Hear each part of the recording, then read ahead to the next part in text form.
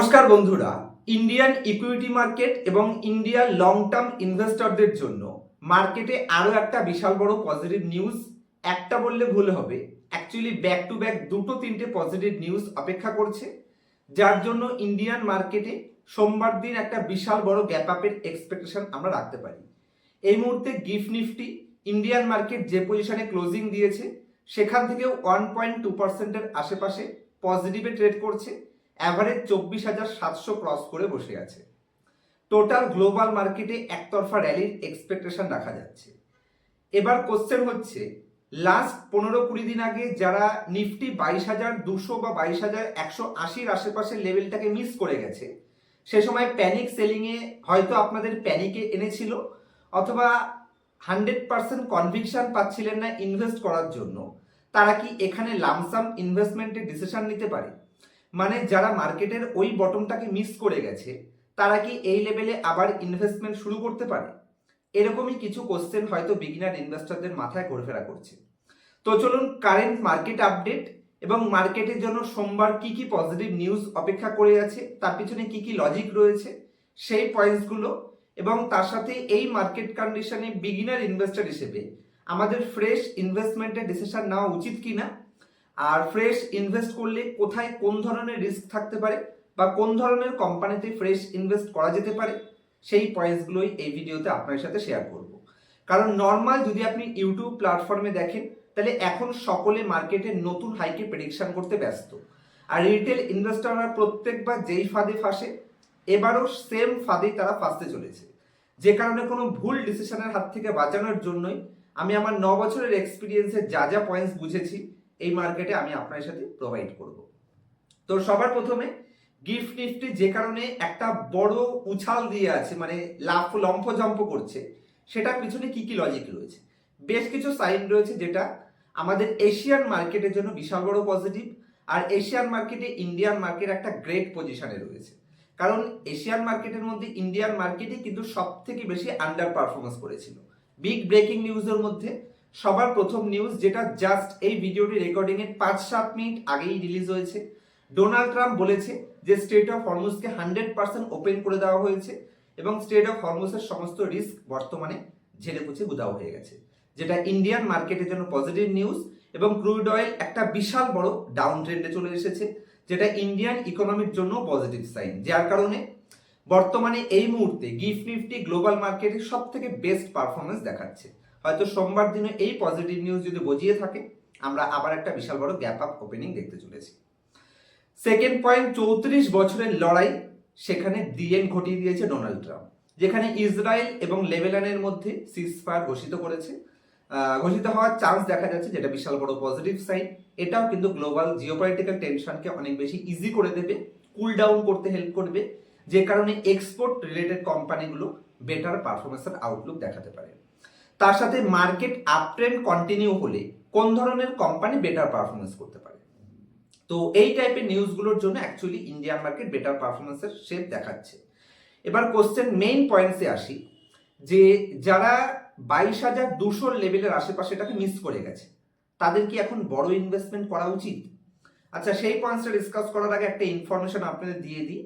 কালকে অথবা পরশু দিন, মানে নেক্সট স্যাটারডে অথবা সানডেতে আমার চ্যানেলের মেম্বার্সদের নিয়ে আমি একটা স্পেশাল ক্লাসের অ্যারেঞ্জ করছি। যাদের কাছে মেম্বারশিপ রয়েছে, যাদের নাম অলরেডি রেজিস্ট্রেশন করা রয়েছে, তাদের কিছু করতে হবে না।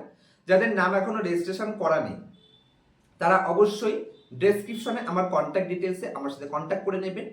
শনিবার অথবা রবিবার আমি দুটো স্পেশাল ক্লাসের অ্যারেঞ্জ করছি, যে এই মার্কেটে কোনো ভুল ডিসিশন যেন আপনারা না নিয়ে নেন, বা কোন ধরনের কোম্পানিতে প্রফিট বুকিং করা উচিত, কাদের জন্য প্রফিট বুকিং করা উচিত এবং কতটা প্রফিট বুকিং করা উচিত, অ্যাকচুয়াল প্রফিট বুকিং করা উচিত কিনা, সেই সমস্ত ইনফরমেশন ওখানে আমি আপনার সাথে শেয়ার করবো, এবং আপনাদের 1-to-1 সমস্ত ডাউটকে সেখানে ক্লিয়ার করার দায়িত্ব আমি নিচ্ছি। তো যদি আপনি এখনো মেম্বারশিপ না নিয়ে থাকেন, নতুন মেম্বারশিপ জয়েনও করতে পারেন।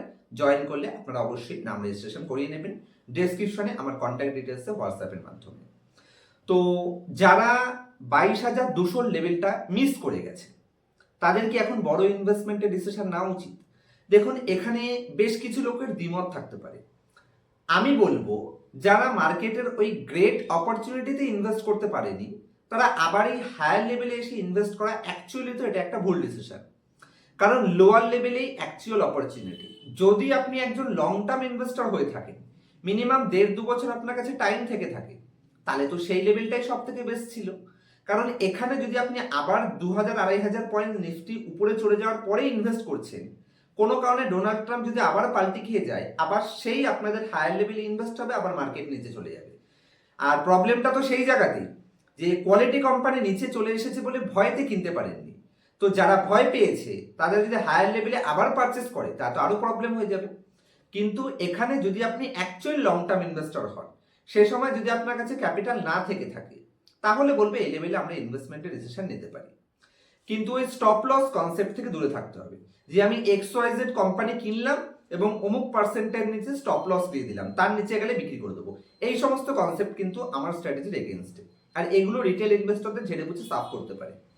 যে কারণে যদি একজন লং টার্ম ইনভেস্টর হন, মিনিমাম 2 বছর 3 বছর আপনার কাছে টাইম হরাইজন থাকে, যদি সেই লেভেলে 22,200 সময় আপনার কাছে ক্যাপিটাল না ছিল, এখন হয়তো বড় ক্যাপিটাল রিসিভ হয়েছে, তাহলে কোয়ালিটি কোম্পানিতে বুঝে শুনে, যে সমস্ত কোম্পানি অতিরিক্ত চড়ে গেছে উপরের দিকে, সে সমস্ত কোম্পানির সাথে যাবেন না।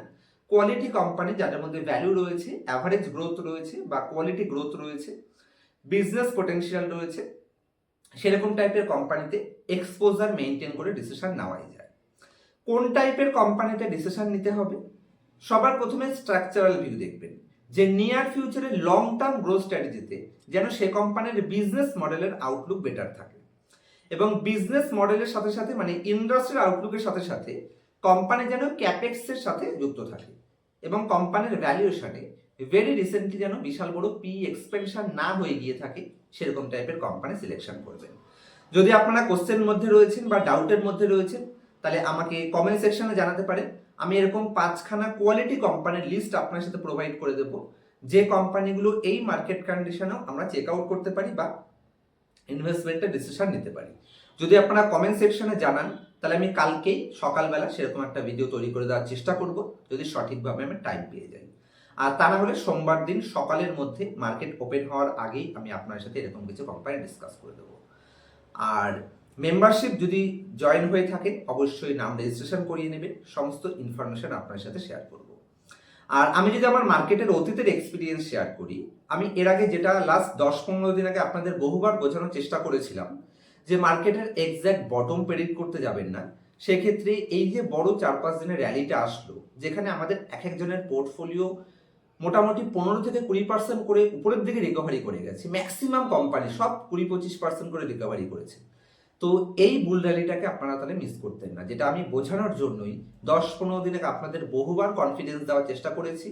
আমি এটাও বলেছিলাম যে আমি নিজে 100% ইনভেস্টেড, এবং কনভিকশনের সাথে কনফিডেন্সের সাথে কোয়ালিটি কোম্পানি ধীরে ধীরে অ্যাকুমুলেট করা উচিত ছিল। মিনিমাম 80-85% ক্যাপিটাল সেই মার্কেটেই আমাদের ঢুকে যাওয়া উচিত ছিল অ্যাকচুয়ালি। তো ঠিক আছে, যাদের কাছে ক্যাপিটাল ছিল না তারা হয়তো নিতে পারেনি। তো আপনাদের জন্য আমি ভিডিও তৈরি করে দেওয়ার চেষ্টা করবো যে কোন টাইপের কোম্পানি আমরা দেখতে পারি। আর কালকের মিটিং এবং পরশুদিনের মিটিং, যেদিনই আমাদের মেম্বারশিপের মিটিংটা হবে, তার পরের দিনই আমি ওপেন প্ল্যাটফর্মে আপনাদের জন্য একটি ইনডেপথ মিটিংয়ের অ্যারেঞ্জ করব, লাইভ পারফরমেন্সের, যেখানেও আমি আপনাদের ডাউটগুলো নেওয়ার চেষ্টা করব, আপনাদের কোশ্চেনের রিপ্লাই দেওয়ার চেষ্টা করব। দেখা হবে নেক্সট ভিডিওতে। ততক্ষণ পর্যন্ত হ্যাপি ইনভেস্টিং, হ্যাপি ট্রেডিং, এবং তাড়াহুড়ো করে লাফিয়ে ঝাঁপিয়ে ফোমোর মধ্যে পড়ে এই লেভেলে ইনভেস্টমেন্টের ডিসিশনটা কিন্তু ভুল হতে পারে। এবং যে সমস্ত কোম্পানি মোমেন্টামের মধ্যেও কন্টিনিউ উপরের দিকে যাচ্ছে, সেই টাইপের কোম্পানি থেকে সাবধানে থাকবেন। যদিও মার্কেট এখান থেকে উপরের দিকে যাওয়ার শার্প রিকভারি করারই এক্সপেকটেশন রাখা যায়, সেটাই আমি লাস্ট 15 দিনে আপনাদের বুঝিয়েছিলাম, আর মার্কেট সেরকমই পারফরমেন্স করছেও। তবে এই মোমেন্টামের মধ্যে লাফিয়ে ঝাঁপিয়ে ফোমোর মধ্যে পড়ে কিন্তু ইনভেস্টমেন্ট করার ডিসিশনটা ভুল হতে পারে, এটা বুঝে শুনে কাজ করবেন। আর মার্কেট আমাদের বারবার সুযোগ দেয়, এটা সবসময় মাথায় রাখবেন যে এটাই লাস্ট সুযোগ নয়, মার্কেট আমাদের এর পরেও সুযোগ দেবে। যদি ধৈর্য রাখতে পারেন, পেশেন্স রাখতে পারেন, ডিসিপ্লিন মেনটেন করতে পারেন, অবশ্যই স্টক মার্কেট ঠকায় না। যে টাকাটা মার্কেট আপনার কাছ থেকে নিয়েছে, সে টাকা মার্কেটই আপনাদের ফিরিয়ে দিয়ে যাবে। শুধু একটা জিনিস মাথায় রাখতে হবে, অপশন ট্রেডিং, ইন্টারডে ট্রেডিং এবং ফিউচার থেকে অ্যাভয়েড করে থাকবেন। লং টার্ম ইনভেস্টিংয়ে ফোকাস করুন, যেটা বিজয় কেডিয়া স্যারও বলেন, पैसा कमा लेगा फॉर्मूला बस एक लॉन्ग टर्म सोच और रेस्ट कर। এটা দিয়ে আজকের ভিডিও শেষ করছি।